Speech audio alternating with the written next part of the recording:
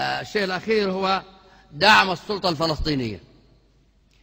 أولا دعم الحوار الفلسطيني. الشيء الثاني الوقوف إلى جانب السلطة الفلسطينية كسلطة شرعية، وأن نعزز من موقفها ونعزز من الوقوف إلى جانبها بما يسندها ويعزز من مواقفها التفاوضية مع الولايات المتحدة الأمريكية، مش مع نتنياهو. نتنياهو موظف مرسل، وأنتم تعرفوا أصله وفصله ومن أين أتى. هو مندوب في الدولة اليهودية، لا يريد أمن ولا يريد استقرار ولا رضي يوقف الاستيطان.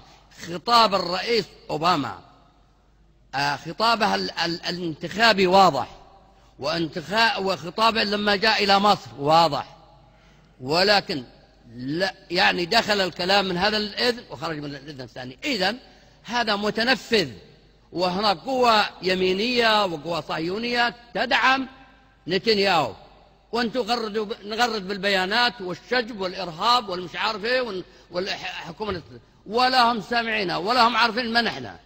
الحل هو الحل في فوهات البندقية، تصعيد المقاومة بكل ما أتيتم من قوة، ولا يسترجع حق إلا بالقوة. ما انتزع بالقوة ما يعاد إلا بالقوة. أما التفاوض فهي إهانة. شكرا لك. بالحديث أنا أشهد إنه كفو والعالم شهود، عزمه قوي ما يرتجع أو يلتوي، وقت اللقاء خلى العدا تعوي عوي، لقد بدأ يمشي قدا وأهل الردى من سطوته تهوي هاوي.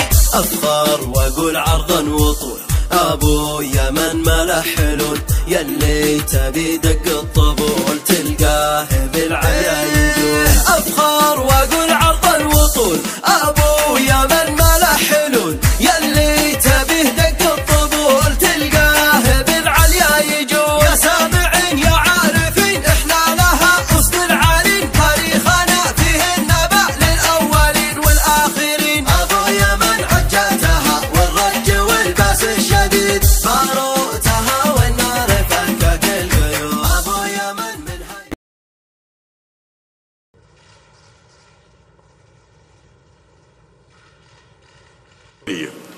ونشيد بالمواقف الإيجابية لدول أمريكا الجنوبية الصديقة المؤيدة للقضايا العربية، وبخاصة القضية الفلسطينية. كما إننا ننظر بالتقدير إلى ما حققته القيم الثلاث السابقة، ونتطلع لتنسيق مواقفنا تجاه القضايا المطروحة على الساحة الدولية، مكافحة الإرهاب وتطرف ونشر ثقافة السلام والحوار. أيها الحضور الكرام، إن فرص تطوير علاقات اقتصادية بين دولينا واعدة مبشرة بما يحقق نماء وازدهار أوطاننا، ويدفعنا لتذليل العقبات والمعوقات، تشجيع ودعم تدفق الاستثمارات وتبادل الخبرات يعذب أمه ونقل التقنية وتوطينها والتعاون يخربش على كل الحطب كافة، مشيدا اسمه شخبت لخبت مسك الألوان ورسم على الحيط.